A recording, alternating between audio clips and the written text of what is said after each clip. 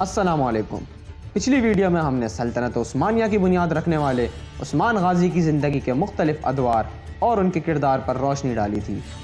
آج کی اس ویڈیو میں ہم عثمان غازی کی دلیرانہ فتوحات کا تذکرہ کریں گے اور ساتھ ہی ان کی زندگی کے کچھ مزید روشن پہلوؤں کو اجاگر کریں گے۔ ویڈیو کا باقاعدہ آغاز کرنے سے پہلے اگر آپ نے ابھی تک ہمارے چینل کو سبسکرائب نہیں کیا تو جلدی سے ہمارے چینل کو سبسکرائب کریں اور بیل آئیکن کو پریس کریں تاکہ ہماری ہر نئی آنے والی انٹرسٹنگ اور انفارمیٹیو ویڈیو سے اپڈیٹ رہیں۔ عثمان غازی میں ایک طرف دینداری اور دوسری طرف شجاعت بدرجہ کمال موجود تھی۔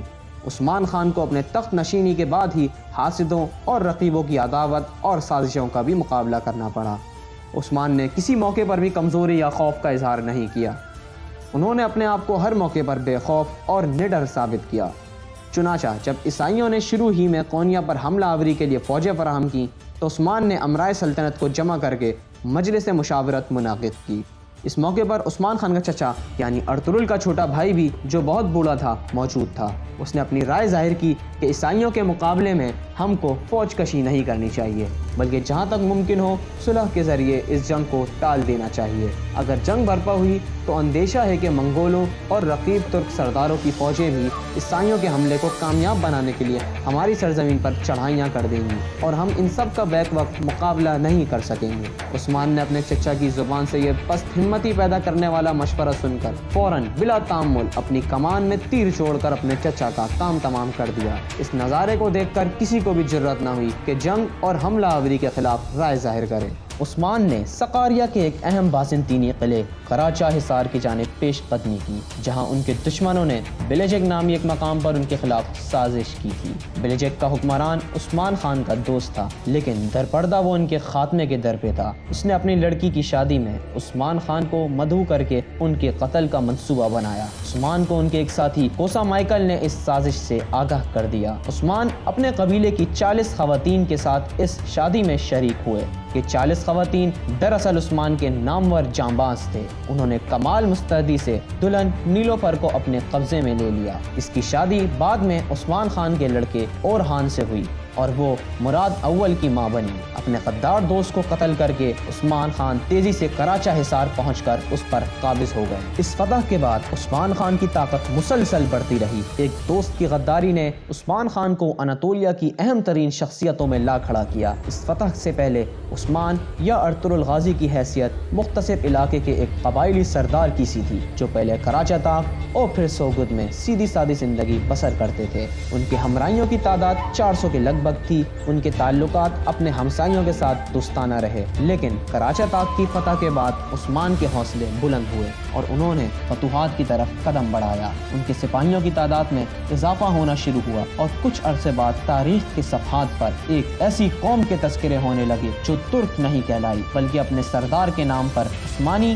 یا عثمانلی کے نام سے موسوم ہوئی۔ عثمان خان موقع شناس تھے۔ انہوں نے اپنی ساری توجہ بازنطینی علاقے کی طرف مبذول کی۔ بازنطینی قلعے یکے بعد دیگری فتح کر کے ینی شہر پر قبضہ کیا، اسے اپنا صدر مقام بنایا۔ بازنطینی شہنشاہ اینڈرونیکس دوم نے عثمانیوں سے خائف ہو کر پیش قدمی کی اور سن 1301 میں قیون حصار کے مقام پر جنگ ہوئی جس میں بازنطینیوں کو شکست ہوئی۔ اس فتح کے بعد عثمان کی زندگی کے آخری 25 برس بازنطینیوں سے مارکوں میں بسر ہوئے۔ عثمان نے نائسیا، نائکومیڈیا اور بروسا پر مسلسل حملے کیے اور سرحدی علاقے پر فوجی چوکیاں قائم کی۔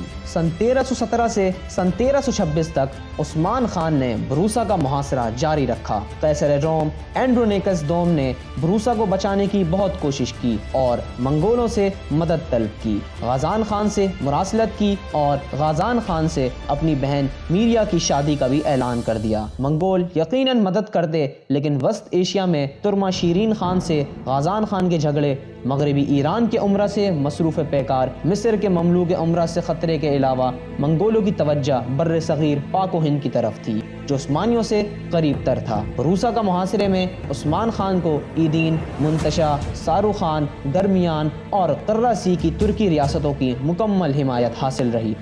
عثمان خان نے بروسا کے مد مقابل 2 قلعے تعمیر کرائے اور نائسیا کی مکمل ناکہ بندی کی۔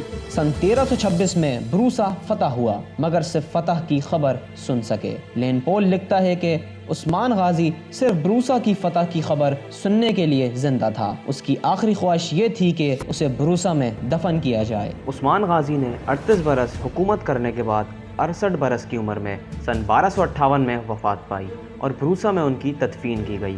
وہ بڑے فیاض، رحم دل، مہمان نواز اور ہر دل عزیز تھے۔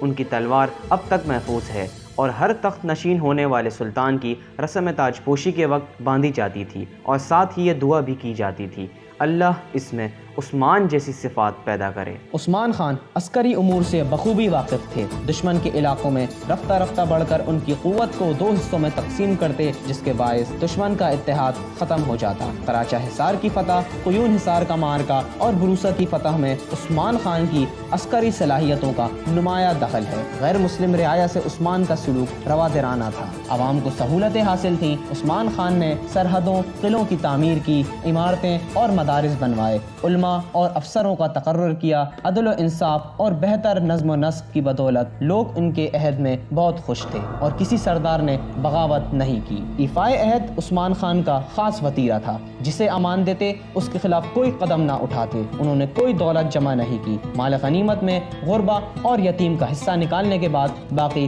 سپاہ میں تقسیم کر دیتے۔ عثمان غازی کے زہد و تقویٰ کا اندازہ شاید اس طرح ہو سکے کہ مرتے وقت عثمان غازی کی ذاتی ملکیت میں زرہ، تلوار، چند جوڑے اور گھوڑے کے سوا کوئی چیز نہ تھی۔ مورخین کے مطابق عثمان غازی کی 2 بیویاں بالا خاتون اور مالہان خاتون تھیں اور ان کے 8 بچے تھے۔ ان کے بڑے بیٹے علاؤالدین مشہور درویش ادا بالی کے نواسے تھے۔ وہ اپنے نانا کے پاس زیادہ وقت گزارتے۔ علوم دینیہ کی تحصیل ان کا مسلح نظر تھا۔ ان کے برعکس چھوٹے بیٹے اورحان اپنے بابا عثمان غازی کی طرح ماہر جنگجو تھے اور عثمان غازی کے بعد اورحان ہی تخت نشین ہوئے۔ اورحان کی زندگی اور ان کی فتوحات کے بارے میں جاننے کے لیے ہماری اگلی ویڈیو ضرور دیکھیے گا۔